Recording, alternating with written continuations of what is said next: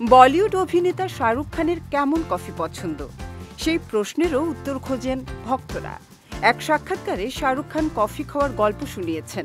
জানিয়েছেন, বহু বছর আগে খাওয়া একটি কফির স্বাদ আজও তার স্মৃতিতে উজ্জ্বল।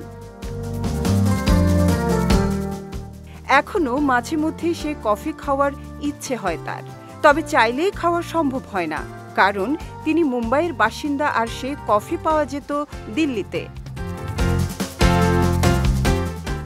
মুম্বাইয়ের বান্দ্রার মান্নাতবাসী শাহরুখের ছোটবেলা কেটেছে দিল্লিতে। এমনকি কলেজে পড়াশোনাও তিনি শেষ করেছিলেন সেখানেই। বন্ধুদের সঙ্গে দিল্লির রাস্তায় ঘুরে বেড়ানোর গল্প বহুবার শুনিয়েছেন শাহরুখ।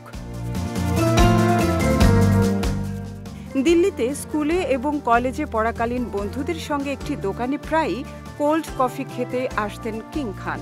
সেই কফির দোকানের নাম মনে করে শাহরুখ জানিয়েছেন, দোকানের নাম ছিল ডিপল কফি শপ। কাচের বোতলে ঠান্ডা কফি ভর্তি করে পরিবেশন করা হতো।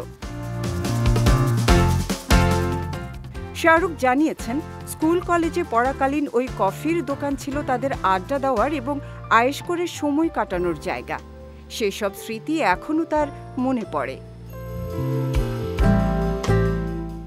সেই সাক্ষাৎকারে শাহরুখের কফি খাওয়ার কথা শুনে কফি শপের মালিক জানিয়েছিলেন, উনি হয়তো এখন আর আসতে পারবেন না, তবে তার যদি ছোটবেলার প্রিয় কফি খাওয়ার কখনো ইচ্ছে হয়, তবে উনি আমাদের ফোন করলেই দিল্লি থেকে মান্নাতে কফি পাঠানোর ব্যবস্থা করব।